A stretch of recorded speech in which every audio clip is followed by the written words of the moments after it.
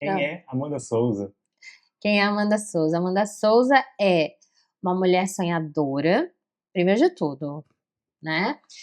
E hoje atua como mentora de imagem e comunicação, porque sim, na imagem tudo comunica. Ajudo mulheres e empresárias que querem construir uma imagem não só para performar, para melhorar, mas para se sentir melhor, porque aqui a gente acredita que a imagem gera sentimento. Então é daí que a gente parte. Vamos lá, eu separei aqui o nosso conteúdo em alguns blocos e aqui a gente vai começar contando a história da Amanda e a vida de antes. Eu tenho uma perguntinha aqui para você. Antes da Amanda ser a mentora que ela é hoje, né, conta aqui um resumo de quem era você, um currículo básico, assim, geral. Como é que era e se você gostava dessa vida antes de ser mentora.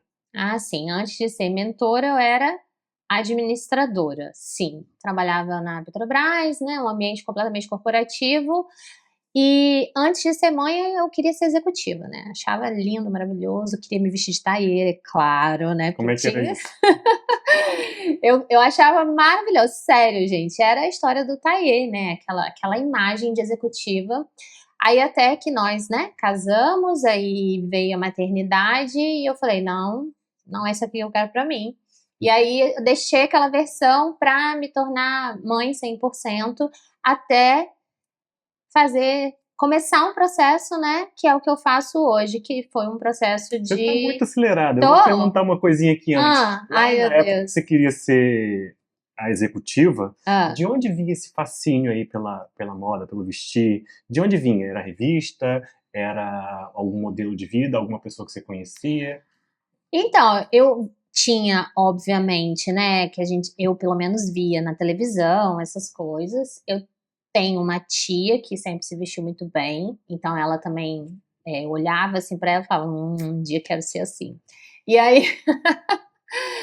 aí, então tinha de tudo um pouco, né? E eu acho que tinha muito do que eu já gostava, porque desde criança eu já brincava de passar batom na cara, achando que aquilo era maquiagem, né? Mas não necessariamente você passava o batom na cara achando que era maquiagem. Exato. Tá, o objetivo era pintar a cara, mas pronto.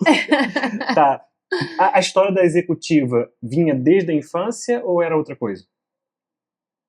Eu acho que a executiva em si, ela foi sendo construída ao longo do tempo, porque na verdade, antes de eu ser administradora, eu comecei a fazer faculdade de farmácia.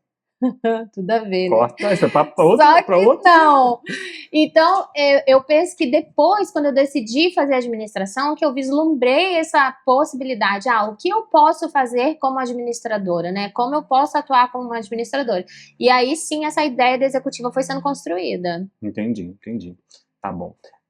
Entre uma coisa e outra tem uma história no meio e a gente vai juntando os pontinhos, tá? Eu tenho um bloco aqui que é sobre o Canadá. Tá, teve uma experiência, né, que mudou muito a sua forma de ver o mundo. E eu queria que você contasse, assim, como que surgiu primeiro a ideia de você viajar e conhecer outro país. E me conta aí o que aconteceu. Nossa, nós vamos ter que ir longe, hein? O que mudou na sua cabeça nessa viagem? Vai lá. Tá, vamos lá. Como que veio essa ideia, né? A primeira viagem internacional que eu fiz foi Disney, 15 anos. Ali já foi presente de 15 anos e tal, meus pais me deram, e ali já foi um despertar. Falei assim, nossa, existe um negócio aqui além da cidade que eu moro. E aí depois eu vivi naquela época de intercâmbio, que as pessoas iam fazer college, né? Passavam um ano fora, minhas colegas do colégio faziam isso. E aí eu quis fazer, e aí meus pais falaram que não. Então, pra mim, na época, aquilo foi frustrante demais. Hoje eu entendo, mas não deu pé, né? Não deu pé por uma série de motivos, e aí eu não fiz.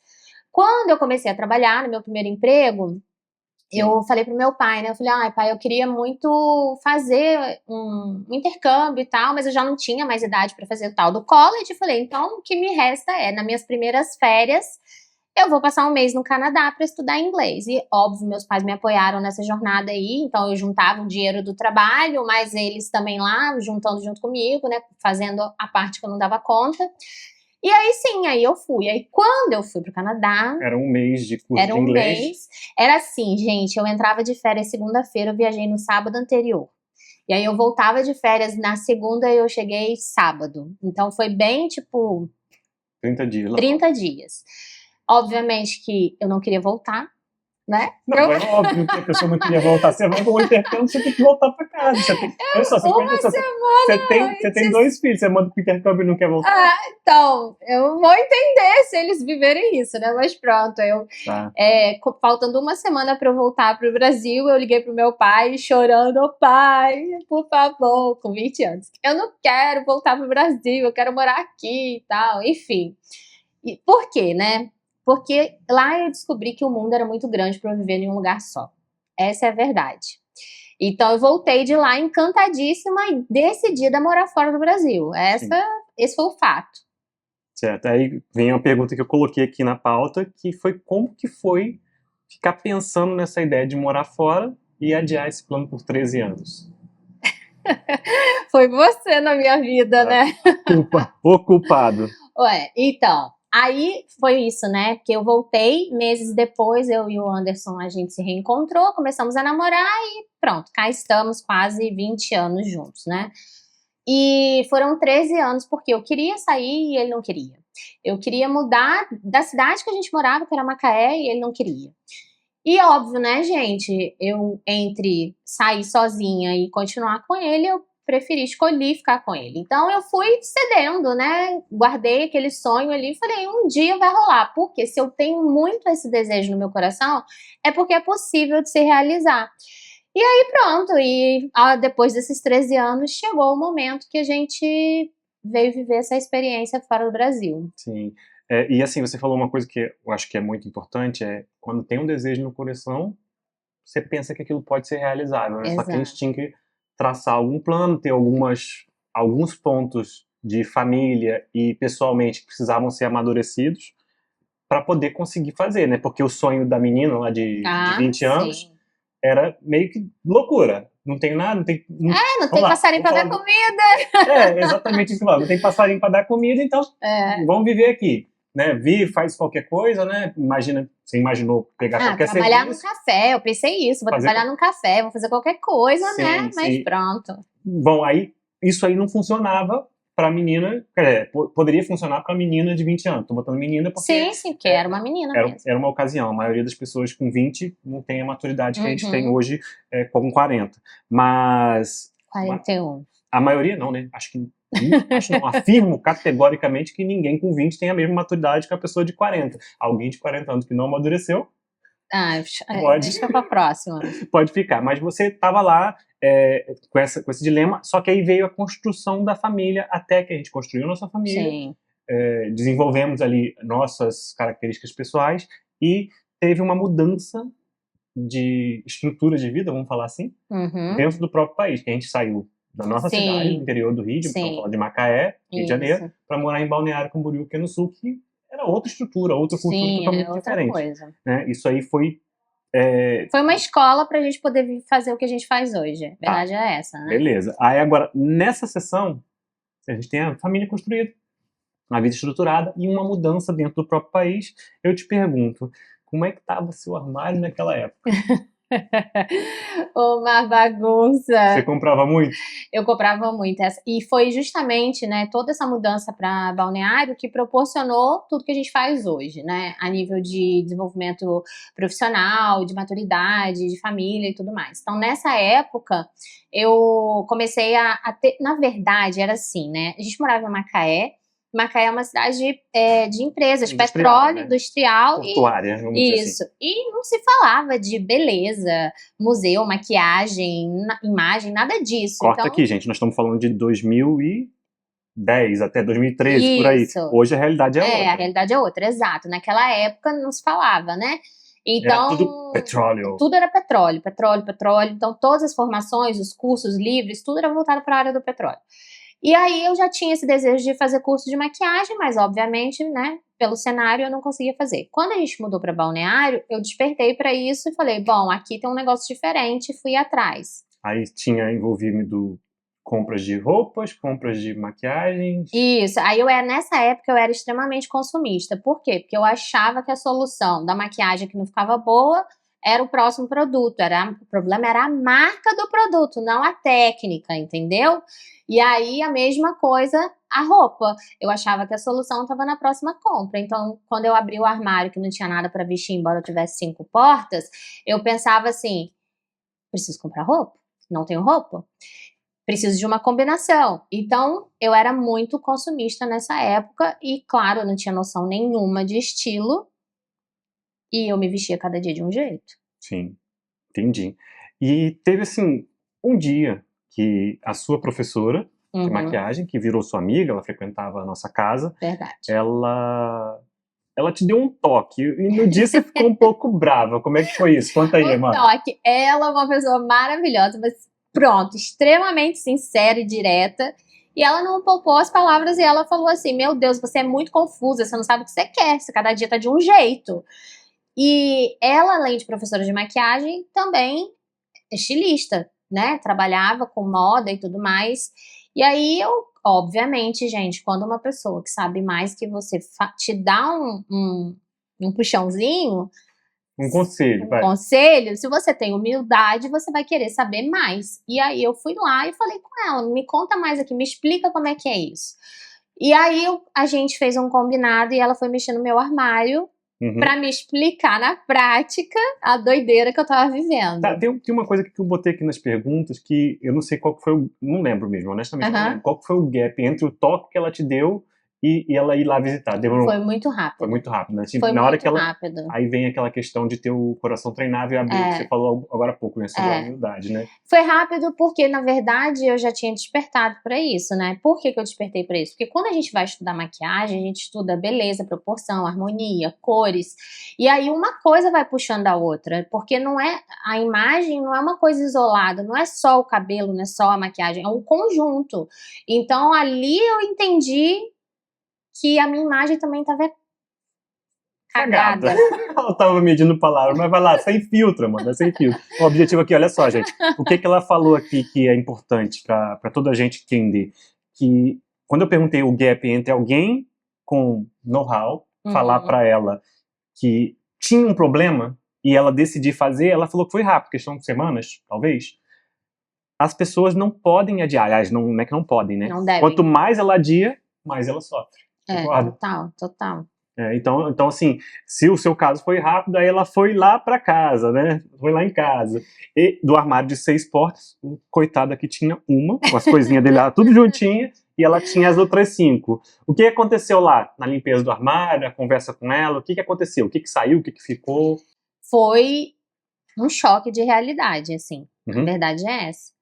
Né? Porque naquele dia, eu me dei de cara, assim, com um problema. Porque eu achava uma coisa que não tinha nada a ver, né? O que eu quero dizer com isso? Desenvolva. Eu pensava que eu não tinha roupa, mas na verdade eu não tinha... E eu achava que eu tinha bom gosto. Na verdade eu não tinha nem bom gosto. A palavra que você trouxe antes, você é confusa, você tá confusa. Isso, eu era extremamente confusa. Então, o que eu achava que era bom gosto, na verdade não era. Eu vestia muito, eu procurava vestir muito do que era tendência, então era também uma época de influenciadora, então o que elas postavam ia lá e comprava, né? Era dos blogs de moda e tudo. Então, assim, eu não tinha estilo próprio. Então, você se deparar com a confusão. Porque a confusão é a falta de clareza do próprio estilo, da identidade. E aí foi um baque porque eu quis culpar o marido, né? Porque eu virei pra ele e falei assim, pelo amor de Deus, como que você me deixou sair de casa assim todos esses anos? E muitas das coisas que eu identifiquei que não tinha nada a ver comigo, tinha sido presente dele. Só que não era culpa dele, porque nem eu sabia o que eu queria, como que ele ia saber.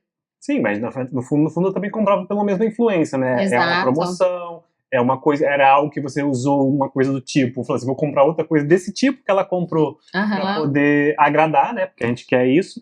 E aí aumentava ali o volume de roupas no armário e aumentava a confusão que você vivia. Agora você falou não. Agora eu espero que você conte algo que tenha a ver com esse momento que as suas clientes passam, quando você vai olhar o armário delas. Ah, sim, porque naquela noite, gente, eu mal dormi. Eu fiquei desesperada, porque Porque eu só pensava assim, eu vou ficar sem roupa. Você pulou uma parte da história, ela tirou um monte de coisa, colocou no saquinho pra doar. Aí porque a história E aí você perguntou um negocinho pra ela, né? Ah, sim, lógico, né? Porque a consumista que era, quando ela terminou, então vamos rebobinar, né? Quando ela terminou, que a gente tirou vários sacos de doação e tudo, eu virei pra ela e falei assim, e agora, amiga? Quando é que a gente vai pro shopping comprar? Daí ela, como eu disse, muito sincera, virou pra mim e falou assim, você tá maluca? Você tá doida? Você tá doida? Você não vai comprar nada, você vai aprender a usar o que ficou. Então, essa experiência que eu vivi foi muito importante até na construção do método e na forma como eu oriento as minhas clientes hoje. Então, assim, eu sei que quando a gente chega nessa etapa da mentoria, de olhar para o armário, que é uma coisa que a gente evita muito porque a gente se depara com a realidade e às vezes a realidade dói, é um momento desafiador. Então, é um momento que eu preciso trazer para elas, com o meu repertório e experiência, que é um momento, e isso vai passar. Sim. E a vida melhora depois que passa esse momento, a nível de imagem. Porque aí, gente, fica tudo mais claro, fica tudo mais fácil, você realmente começa a construir um armário que faz sentido. Então, é uma experiência que muda vidas mesmo, é um divisor de águas. Sim, sim. E muito bom, muito bacana você contar isso, compartilhar como é que foi essa história. E lá você já estava no processo de formação, né? Já tinha as habilidades de maquiadora, tinha algumas poucas clientes, tinha o trabalho do salão lá que você fazia vez ou outra, mas teve um episódio, né, uma manhã específica que eu estava fora, trabalhando em viagem, né? E você conta aí sobre aquela manhã que você estava cansada, desmotivada, sem vontade de fazer nada e precisava fazer. Né? E precisava fazer. Como a gente morava a mais de 1.000 quilômetros, né, da nossa cidade de origem, a gente não tinha rede de apoio. Então, o Anderson viajava e ficava eu e as crianças pequenas e pronto, é a vida que segue. E quem é mãe sabe, né? Mãe de criança pequena, a mãe tá sempre cansada. Mãe não dorme, né? Mãe não dorme direito, mãe... Enfim, nem vamos entrar aqui nesse lugar agora. E aí, eu me lembro de ter acordado, as crianças estudavam só meio período, e eu tinha ali a minha rotina da manhã e tudo mais. Nessa época eu já era maquiadora, então eu acordei e fui viver a minha vida, né, minha rotina. Fui pro banheiro, lavar rosto, escovar dente, aquela coisa toda. E aí, quando eu cheguei lá, que eu olhei no espelho, eu me vi com aquelas olheiras, assim, pesadas, né? Devia ser final já de sua viagem e tudo mais. Eu lembro que eu ia levar a criança no pediatra, então provavelmente tinha alguém doente, né? Aquela função. E aí eu acordei, olhei no espelho e falei assim, nossa, tô acabada. Esse foi o pensamento que passou, né, na hora da minha cabeça. E aí eu fui lá, corri, decidi fazer uma maquiagem. Fiz um delineado, que na época eu gostava muito, usava muito delineado, batom vermelho. E foi essa maquiagem que eu fiz de manhã. Sim, de manhã. Por quê? Porque pra mim não interessava, né? Eu gostava, eu usava. Nessa época eu saía de delineador azul na rua, então De dia, eu não tinha muito isso na época, não tinha esse filtro, né? E aí eu fiz a maquiagem e fui pro banheiro continuar a me arrumar. E foi quando eu olhei no espelho e tive um outro sentimento. Ali eu já não via mais aquela mulher acabada, né? Aquele cansaço extremo.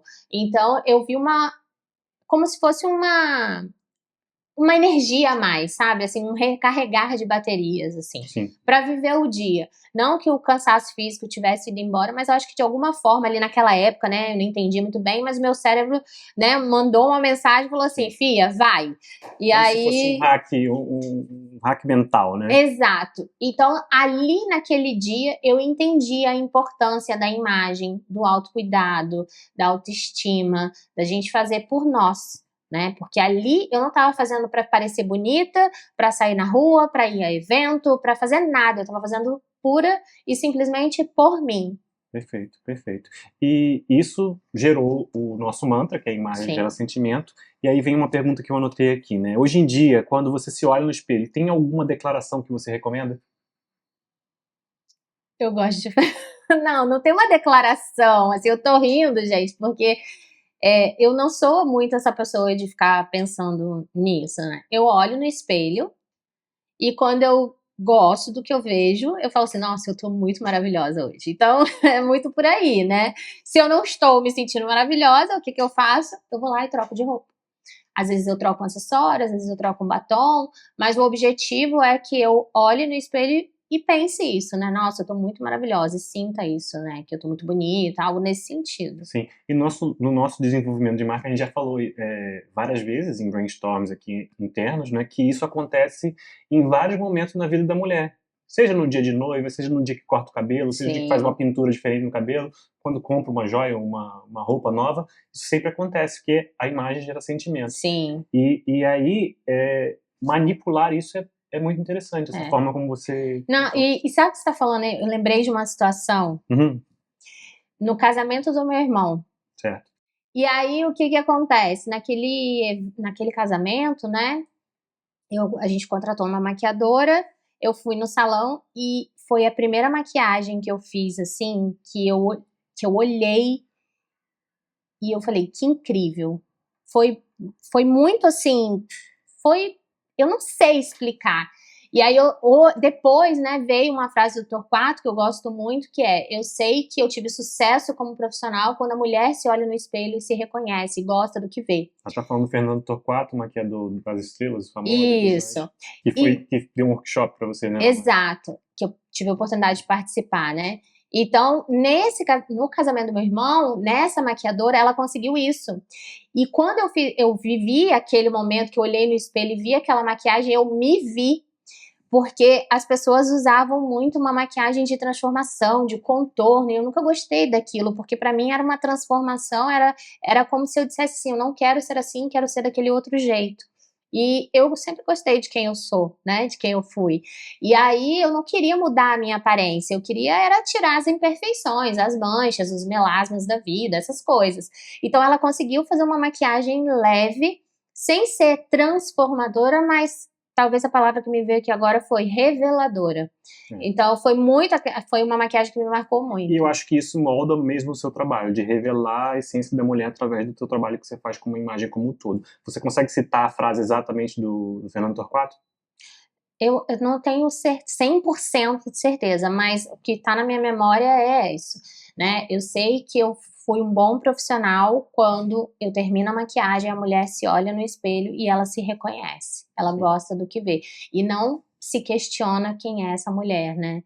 Então, é muito bom saber isso e entender que todo mundo vive o momento da imagem gera sentimento, só que você pode, através do processo de mentoria, entender e dominar isso para ter isso todos os dias, e não só num dia especial. Exato, então é muito isso, né? Se você buscar aí na sua memória um dia que você foi lá, se arrumou, fez salão, cabelo, maquiagem, roupa nova e tudo, como que você se sentiu? Quão bom seria se você se sentisse assim todos os dias, né? E era muito interessante porque quando eu maquiava, muitas mulheres falavam assim, eu não podia acordar assim todo dia. É claro, não dá pra gente acordar assim todo dia, mas dá pra gente ficar assim todo dia. Basta que a gente aprenda e se disponha a fazer, né? Sim, muito então, bom. é por aí. Muito bom. Agora, sim, nessa próxima sessão, eu quero que você conte onde e como que o marido esteve no seu apoio para a transição de... Você saiu do trabalho formal de uma empresa, ficou cuidando só das crianças por um tempo, uns 5 anos aproximadamente, de forma dedicada, até um pouco mais, não sei, para transicionar de novo para o empreendedorismo. Como é que eu te apoiei dessa forma aí? Conta aqui. Então, foi muito interessante. Porque quando eu comecei a estudar maquiagem, eu não queria trabalhar como maquiadora. Isso é fato. O que eu faço hoje não foi planejado. Sim. Nunca foi tipo, eu sonho em ser. Não era assim, tá? Não vamos romantizar o negócio. Quando eu fui procurar o curso, como o marido viajava muito a trabalho, eu tinha que escolher um curso que eu pudesse fazer na ausência dele, né, sem prejudicar ali a questão com as crianças, porque eu não tinha com quem deixá-las. Então eu tive que fazer um curso profissional. Eu estava buscando um curso de automaquiagem, mais pela questão de horário, né? E aí, obviamente, que o custo desse curso era diferente. Então, primeiro apoio, quando eu sentei para conversar com o marido, eu falei, olha, só tem essa e essa possibilidade, ou é fazer ou não fazer. Ele falou, não, vambora, vamos lá. E ele me apoiou, tanto a nível financeiro, quanto a nível de prática, quanto fotografar as coisas que eu fazia. Então, assim, Anderson sempre foi um incentivador. Mas ele também sempre cobrou. E aí, foi nesse sentido, eu tava pensando sobre isso hoje, olha que curioso. Porque eu penso que você me cobrou quando eu despertei para a possibilidade de trabalhar com isso. E quando eu despertei para a possibilidade de trabalhar como maquiadora? Quando lá no final do curso, mais ou menos, eu comecei a maquiar mulheres, e era uma escola, e a gente às vezes pegava as pessoas na rua mesmo, né? Aprendeu a prospectar na rua, né? Então, a gente aprendeu a prospectar na rua. E aí, o que acontecia? Você oferecia maquiagem. Oferecia maquiagem, olha, sou aluna e tal, enfim. Olha, nas entrelinhas, quer ser minha cobaia pra maquiar você? Tipo isso.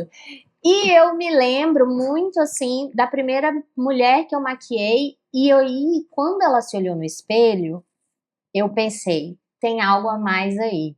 Sim. Porque até então, né, gente, eu tava fazendo porque eu queria me achar bonita. Sim, o apoio virou um pouco de cobrança da minha parte. Isso. Por conta disso, mas também, por outro lado, numa outra linha, é um incentivo porque você poderia transformar a vida de mais pessoas. Sim, total. Então, só que naquela época eu ainda era muito insegura, não me sentia capaz, né? Como eu falei, a época da maquiagem era outra, mas você sempre me apoiou e cobrou também nesse sentido. Não do tem que colocar dinheiro, tem que fazer dinheiro, não era isso, não era nesse sentido a cobrança. Era no sentido de você é capaz de fazer isso, você é boa nisso que você faz, por que você não tá fazendo isso de forma profissional? Sim. Então foi mais ou menos por aí. Sim. E assim, teve uma transição, você ficou só na maquiagem, para você também servir o processo de consultoria de imagem, né? Mas entre uma coisa e outra, teve outro treinamento, que foi com a Dani Padilha. Você lembra por que você escolheu ela na época? Então, a gente tava começando a planejar a vinda para cá, para Portugal, né? E tinha que ser uma coisa online. Sim. Porque a gente tava voltando para Macaé para se organizar. Nós passamos um ano em Macaé para visto, essas coisas. Isso, documentação e tal. E aí, de novo, né? Macaé não tinha nem de longe uma formação em consultoria de imagem, então tinha que ser algo online. E aí eu escolhi a Dani, né? Na época eu pesquisei, Teve referência tive também, referência e tal. Indicações, e fui atrás da Dani Padilha e aí eu fiz a formação com ela. Sim, só que aí depois você... Isso fica para um outro podcast, mas você escolheu lá, ela te ensinou a consultoria tradicional. Exato. E você depois montou seu método. Então você fica sendo para os próximos... capítulos. Sendo para os próximos capítulos. Então... tem essa mudança, essa escolha, né? Inclusive tem essa história já contada no Instagram, mas a gente pode aprofundar mais num próximo episódio aqui. Eu queria que eu queria que você, nesse episódio, descrevesse como que funciona mais ou menos o seu trabalho hoje. Se é fácil, é difícil, como é que é? Para quem nunca ouviu falar, como é que você explicaria? Como profissional ou para cliente? Qual olhar? Sim, como é para cliente, porque como eu falei assim, você treinou com a Dani Padilha para trabalhar a tradicional e você serve de uma forma diferente. E a forma diferente precisa ser explicada. Precisa ser explicada, exato. Porque o que a gente aprendeu de consultoria de imagem, num primeiro momento, era que era para famosos, né? Que faziam editoriais e tudo mais, que era coisa de rico e que isso era inacessível. Então, veio muito desse lugar. Depois, com a consultoria tradicional, enraizou aquela história de que a gente precisava de jogar tudo fora, comprar tudo novo e etc. Esquadrão da moda. Esquadrão da moda tá aí, né? Enfim. Só que o método que eu criei é completamente diferente. Por quê? O que me trouxe até aqui não é que é completamente diferente, a execução dele é diferente, né? O que me trouxe até aqui não foi ter alguém me dizendo o que vestir. Um dossiê. Uma cartela de cor, nada disso. Junto com você. Nada disso. Foi o conhecimento. Eu sempre estudei muito, tanto conhecimento técnico quanto autoconhecimento, porque eu precisava saber o que eu queria. Quem era eu, né? Quem era a Amanda? Do que a Amanda gostava? Por que eu gostava de uma coisa e não gostava de outra? Por que eu cedia às tendências e, enfim... Então, foi um processo de entender o que fazia sentido para mim, para aquele meu momento de vida, e com o conhecimento técnico eu podia aplicar isso em várias épocas da minha vida. Então, eu preciso hoje mostrar para essa mulher que ela pode ter a liberdade e a autonomia para se arrumar em qualquer época. Porque quando ela aprende sobre o método, quando ela aprende a técnica, ela replica isso em qualquer fase, desde que ela esteja disposta a olhar para ela própria. Sim, porque quem não está disposta vai precisar de alguém dizendo, vista isso, vista aquilo.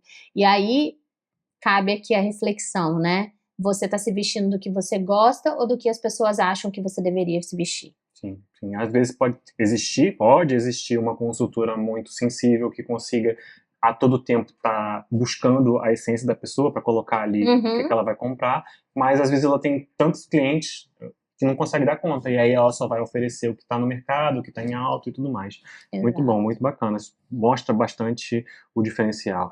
E agora me conta aqui, de tudo isso, né, que você já viveu, já passou, existe aqui aquela frase do arrume-se para a vida. O que quer dizer arrumar para a vida? É arrumar para você viver o seu dia, não é para uma ocasião. Na verdade, eu gosto de dizer assim, ó, que a gente se arruma para o nosso momento com um pezinho no próximo passo, aonde a gente quer chegar. Então, se a gente for parar para pensar só num contexto de forma fria e racional, a gente trabalha a partir de casa. Certo? Sim, nós dois, né? Eu e você. Eu não precisaria me arrumar como eu me arrumo. Ponto. Só que eu estou construindo algo para um momento onde eu não vou mais trabalhar só em casa. Vou trabalhar também em casa. Sim. E isso precisa ser construído. E essa construção vem do se arrumar para a vida. E o se arrumar para a vida, ele tem que ser leve. Por quê? Ok, senão se você depender da sua animação, não vai rolar. Muito bom. Não vai rolar. Então é uma criação de rotina, porque o se arrumar para a vida é uma rotina, igual você escova o seu dente todos os dias. Não, você escova e você não se questiona, será que hoje eu tenho que escovar os dentes? Não, você simplesmente levanta e faz o que você tem que fazer. E o se arrumar faz parte disso, que é uma rotina, algo que traz benefícios para sua vida pessoal e profissional. Cria-se um hábito das coisas que você sabe que você precisa fazer, e aquilo meio que sai da dificuldade para virar meio que automático, né? Escovar o dente é o exemplo. Sim. Treinar também é outro. Sim. Se alimentar de forma saudável também é outra coisa. Então, por aí vai. Arrume-se para a vida, muito bom. Vamos lá. Agora é um momento rapidinhas, que eu vou te fazer umas perguntas. Amanda, olha esse meme aqui e me diz aqui, ó. Vou ler aqui para todo mundo. A roupa não adaptável para lavagem na máquina. Conta aí. Vai ter que se adaptar, querida. Vai lá, fala aí sobre como é que é a dificuldade para a mulher quando ela compra uma roupa que não dá para ela lavar em casa. O que ela precisa escolher? Essa é uma parte que poucas pessoas têm clareza. Né? Então, às vezes, a mulher chega até na mentoria e fala assim, olha, Amanda, eu quero comprar essa roupa. Eu falei, tá, mas você sabe como cuida dela? Então, porque não adianta a gente, né, comprar roupa boa e tudo e não cuidar, porque ela não vai durar.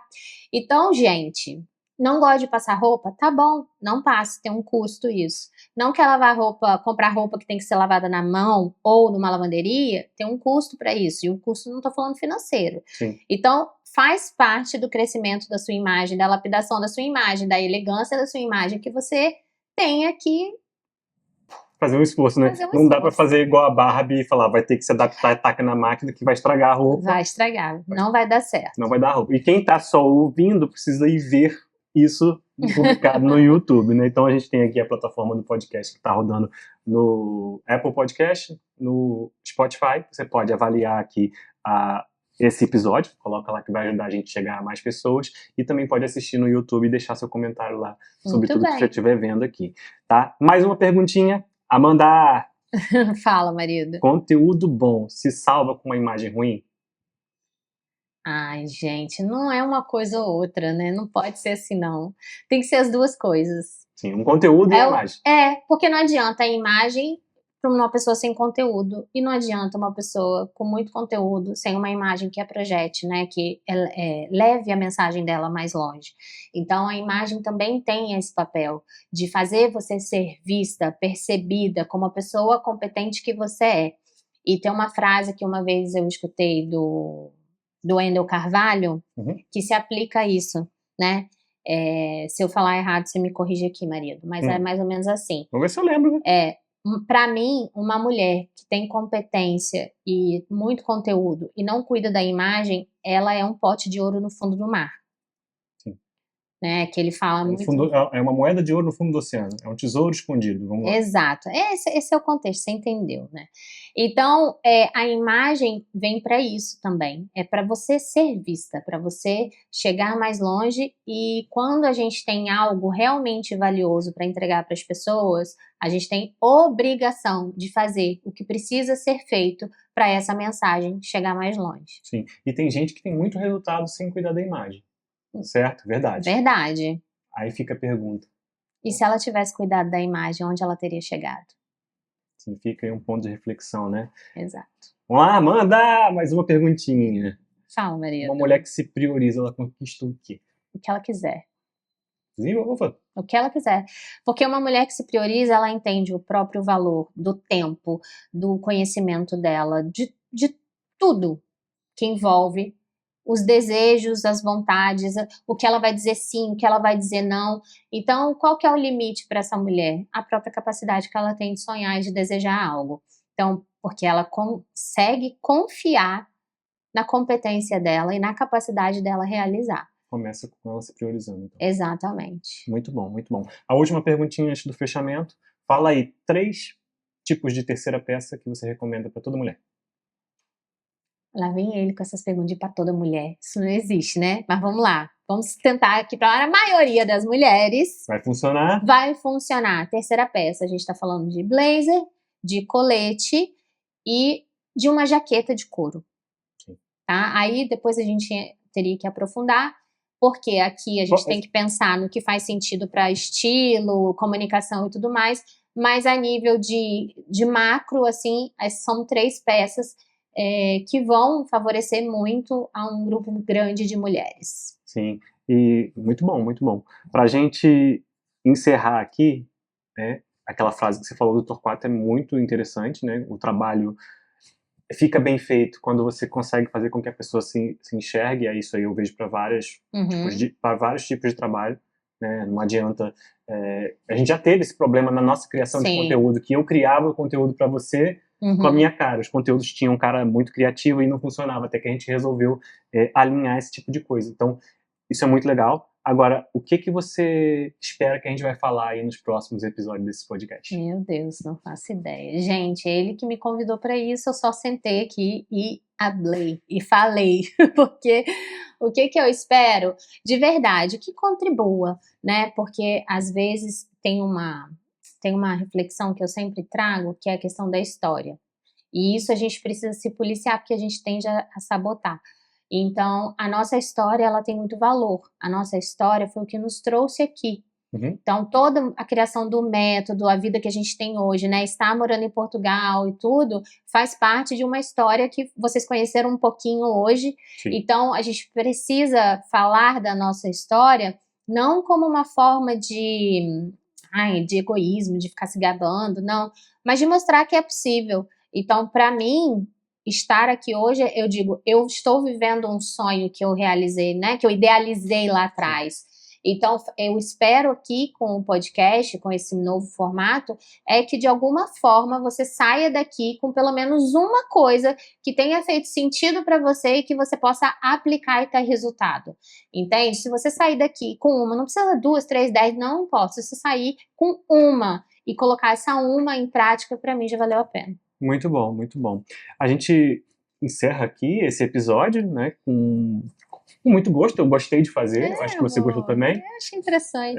Pois é, então a gente faz aí o seu encerramento, suas palavras finais.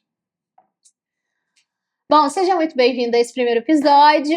Obrigado pela presença até aqui, você que me escutou. O que eu espero é que esse formato, né, contribua com você, que você saia daqui com pelo menos uma coisa para você aplicar e ter resultado, e que você lembre sempre de se arrumar para a vida, porque a imagem gera sentimento, e esse sentimento é primeiro para você e depois para o outro. Então, se priorize, mulher, independente do que as pessoas lá fora vão dizer, faça isso por você. E aí todo o seu entorno fica diferente. Muito bom. Obrigada. Encerramos aqui. Até Tchau. a próxima. Até a próxima. Tchau. Se alguma parte dessa conversa falou com você, eu quero te dizer que melhorar a sua imagem não se resolve comprando roupa. Eu sei que parece que resolve, e é por isso que tanta mulher tem armário cheio e continua sem ter o que vestir. O que resolve são duas coisas caminhando juntas. Conhecimento, que é entender o que tecido, caimento e modelagem fazem em você, e isso é técnico, dá para aprender, e é mais rápido do que imagina. E o autoconhecimento, que é saber o que você quer comunicar antes de decidir o que vestir. E essa parte é a parte que não tem atalho e depende só de você.